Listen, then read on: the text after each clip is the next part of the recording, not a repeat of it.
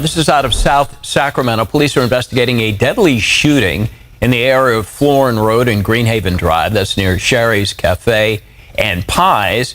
Police say just after 11:15 last night, a woman was found with at least one gunshot wound. She was rushed to the hospital where she later died. He once promised her love, but later he promised her something else. He promised her death. And on Valentine's Day, he kept that promise.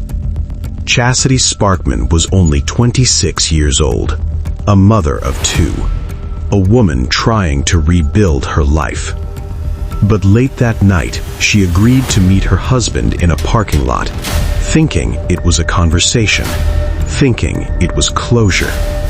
But when she arrived, she saw him step out of the car with another woman, his girlfriend. And seconds later, gunshots shattered the night. And by the time police arrived, Chassity was already dying.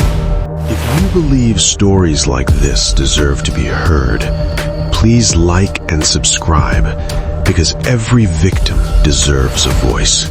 Valentine's Day, 2024. A day meant for love, but for Chassity Sparkman, it became the day her children lost their mother forever.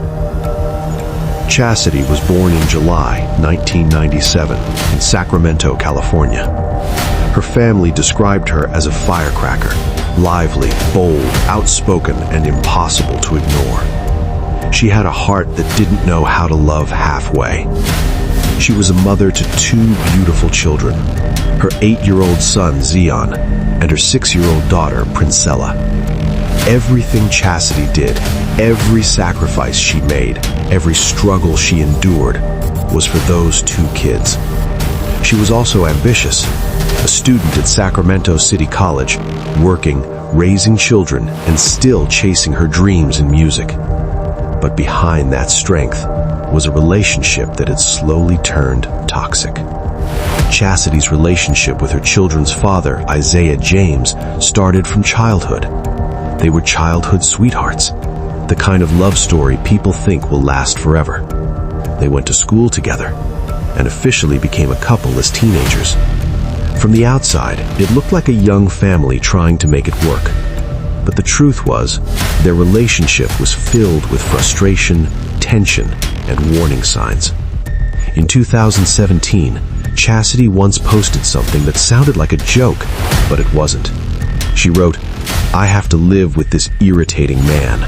It's hard living together, but I got a baby with him, so I make it work.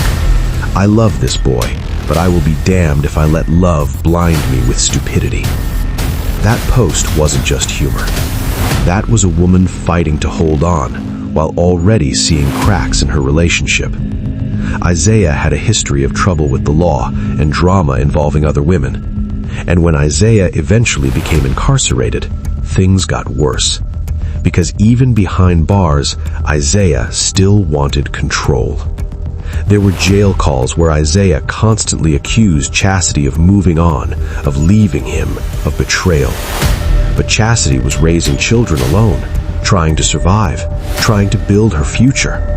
And slowly her posts began changing. Less love, more pain, more betrayal quotes, more warning signs. She wrote, "I got betrayed while my heart was pure. I'll never forget that." And later reposted, "When a toxic person can no longer control you, they will try to control how others see you." Those weren't just quotes.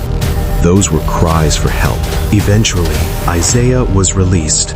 But instead of becoming better, he became more unstable, more unpredictable. And by then, Isaiah had moved on. He was now dating a woman named Iona Burgos. And then came Valentine's Day, February 14th, 2024.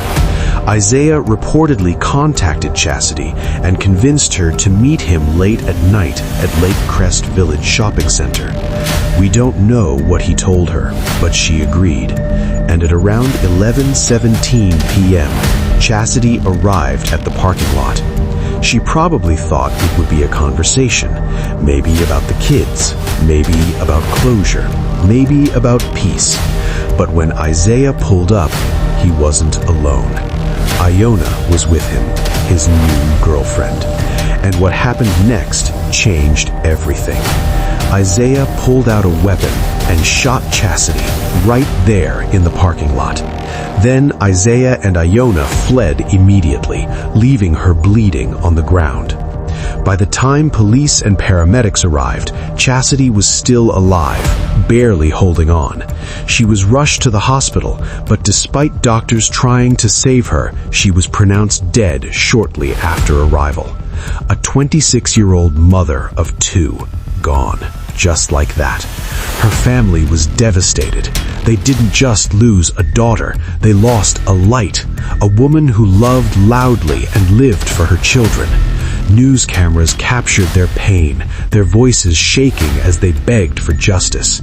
A few days later, over 100 people gathered at the same shopping center, holding candles, releasing balloons, crying, praying, and saying her name. They demanded justice. They demanded answers, because the hardest part wasn't only the murder, it was the children left behind.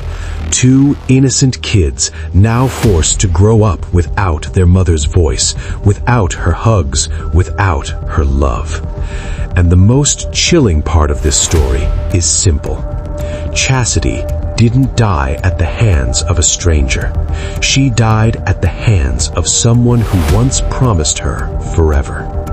If you believe Chassity deserved better, and if you believe her children deserve justice, then don't let her name fade away, because silence is how killers win.